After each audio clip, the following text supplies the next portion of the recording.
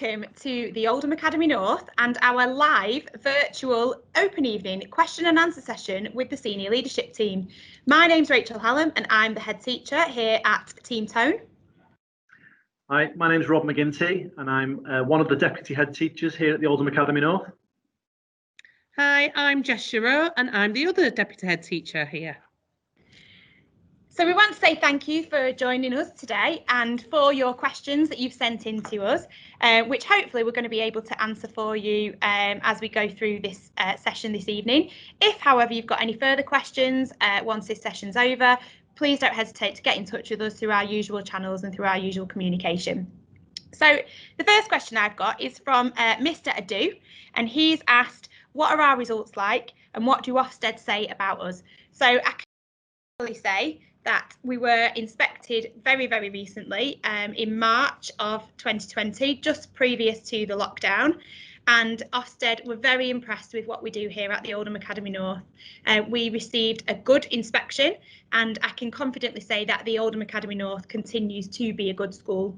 We've done a lot of work previous to the Ofsted inspection, but also since that point as well, in ensuring that we are on a continuous improvement journey and all we want for our children is for them to get the very, very best education. Leading on from that, that links very nicely into what our results are like. Our results are, at the minute, we're working really well to ensure our children leave us with excellent results. And we are on track for this academic year for at least 70% of our children to leave us with a GCSE grade 4 in both English and maths. And I'm sure Rob will speak more about that later on. Rob, I'm going to hand over to you. Yeah, okay, so the next question is from Miss Akhtar. And the question is, what ICT equipment do you have and do the kids get computer lessons in school? Okay, so thank you very much for that question. Well, first of all, in terms of the infrastructure for ICT, we're quite spoilt at the Oldham Academy North, I must say. From a teaching point of view, whatever we need, we have. So all teachers are supplied with a state-of-the-art laptop for them to ensure they can plan and deliver the best possible lessons. In addition to that, students have access to laptops. We've recently took a large delivery of Chromebooks, which are the next best thing really in terms of laptops. We do a lot of our learning via Google Classroom now, so the Chromebooks are really, really important. We have a suite of Apple Macs as well. So I suppose in terms of ICT equipment, we don't want for anything really. We've got whatever we need in order to deliver an innovative and creative curriculum. Leading on to computer lessons. Again, it's an important aspect of what we do at the Oldham Academy North. All students at Key Stage 3 study computing as a compulsory subject. That then leads into options, and at the end, towards the end of Year 9, students pick their option subjects that they want to study at Key Stage 4. Within that, there is computer science, which is always a popular subject. Creative media, again, another popular subject. So plenty of choice for students, and it's an important aspect of what we do. Thank you again for that question, Miss Akhtar. Next question. Thank you. So over to me now. So the next question that we've got is from Mr. Khan, asking about what subjects students will study in Year 7. We have put an awful lot of work into our curriculum over the last few years, and we've really utilised the time during lockdown to make sure that our curriculum is really, really strong. We put an awful lot of emphasis on traditional subjects and making sure that our students get a full range of access to academic qualifications. So all students in Year 7, as soon as they come in, will study English, maths, science, history, geography, RS, and our language that we're running with at the moment is Spanish. But we also recognise that students have other talents and have other interests. So all students in Year 7 will go through a couple of different rotations within the academic year, which will give them the chance to to study different types of art, to study music, to study drama, and to study food and cookery as well. So whilst we do believe that academic qualifications are very, very important, we also make sure that our curriculum allows our students to access a whole range of subjects. Okay, so the next question, I believe, is back to Mr. McGinty. Thank you, Mrs. Jerome.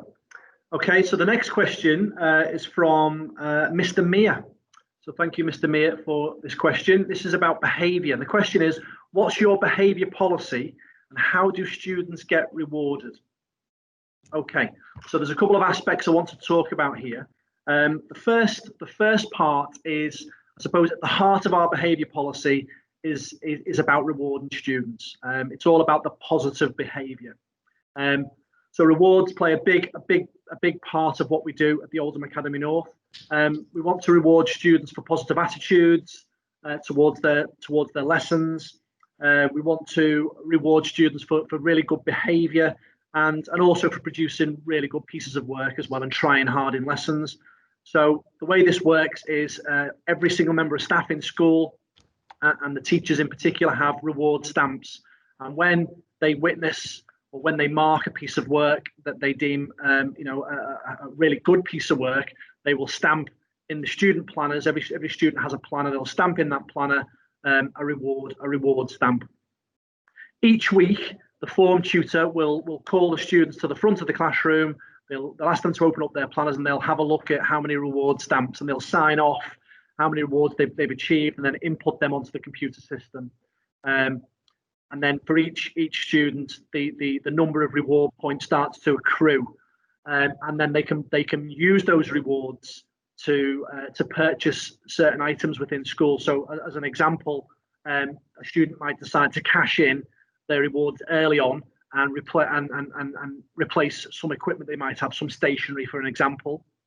They might decide not to cash the rewards in and save them for a little bit longer, and they might be able to cash them in for a piece of sporting equipment, so like a football or some goalkeeper gloves or some shin pads, something along those lines. They might decide to keep them a little bit longer and keep saving up the reward points for an even higher prize. And we've got things such as mountain bikes, PlayStation 4s, things like that, really. So there's lots of incentive for students to be rewarded. Staff want to reward the students. And as I've said, we've got some really fantastic prizes for students. Whilst I'm on rewards, I would say as well, we also reward for really positive attendance. So every half a term, any student that has 100% attendance goes into a randomizer draw, and they have the opportunity of winning a big prize, as I said, such as a PlayStation 4 or a mountain bike every single half term, to try and promote the significance of 100% attendance. The other aspect of our behaviour policy, and it is important that I mention this, is we want to reduce as much low-level disruption as possible within lessons. Obviously, your children come into our school. It's important, it's vital that they're learning, and that it's in their class that tries to spoil that. We try to limit that as much as possible. So we have what we call our consequence system as well. It's really straightforward for staff to implement and for students to understand. Essentially, it's a 4-point system. Students, they get a little bit of a reminder about their behaviour in the first instance. That's what we call our C1. If it gets to a C2, it gets logged on our system. If that behaviour continues, they get what we call a C3, which is a detention. And unfortunately, on a very rare occurrence, some students end up getting a C4, which means they're removed from that lesson and they have to continue their learning elsewhere. The whole point, though, is that we have such high standards and expectations at our school. We don't want your child's education to suffer at the hands of 1 or 2 students at times that just can't, they fail to behave in the appropriate. So that's our behaviour system. Thank you very much. Okay, so the next question is from Mr. James, asking about tests and assessments. Do Year 7 have to do exams and do they have to do tests? Now, obviously at high school, assessment is a very, very important part of what we do. But here at the Oldham Academy North, we only assess with purpose. So we only do it if there's a really, really good reason for that assessment.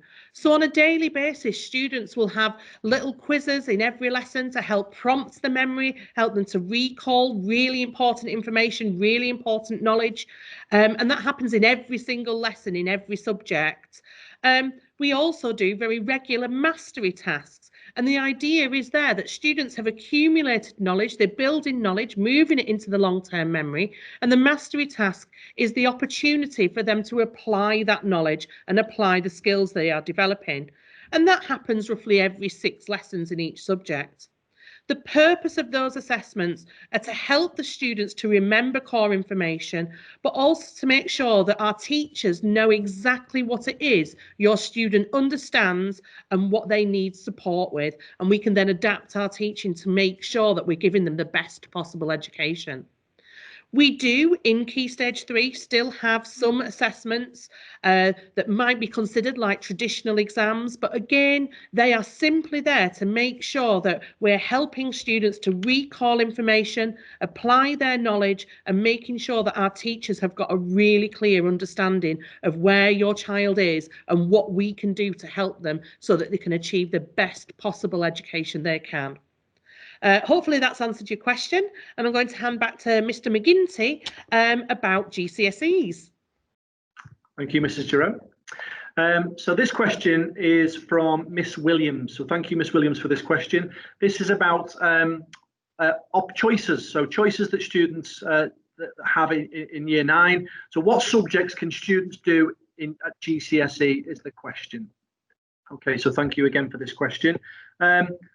So obviously the curriculum at Key Stage 3 is really broad and balanced, and as the students progress through Year 9, we to talk about their choices and creating a more of a specialist curriculum pathway for them as they transition into Key Stage 4.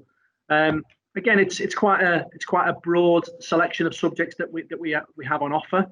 Obviously, you've got your core subjects. I want to talk first of all. So we have what we call an English baccalaureate selection of subjects. So that entails subjects such as English, that's English language and literature, mathematics, science, and science can be triple science or combined science.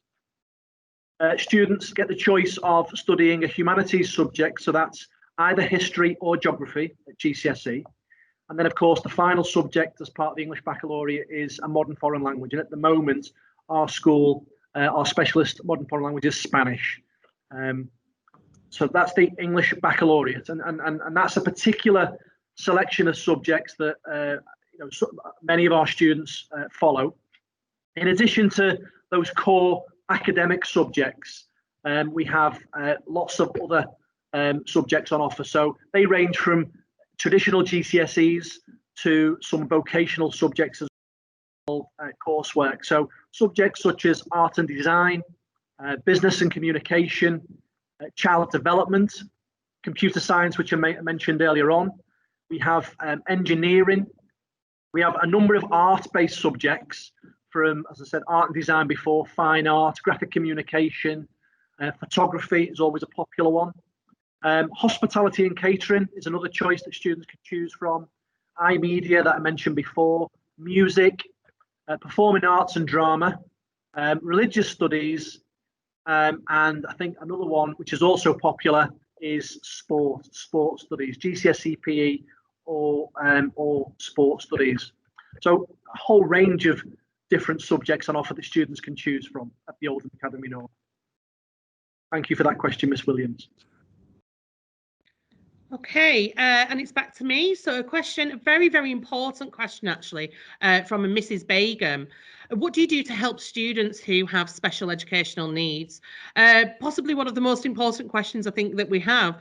We've talked a little bit about our curriculum and our standards, and we do have a very, very challenging curriculum because we do believe very firmly that academic qualifications are what will help our students to succeed. But what our team are very, very skilled is making sure that we scaffold that curriculum to support all of our students, not just our students with special educational needs, but any student who may be struggling.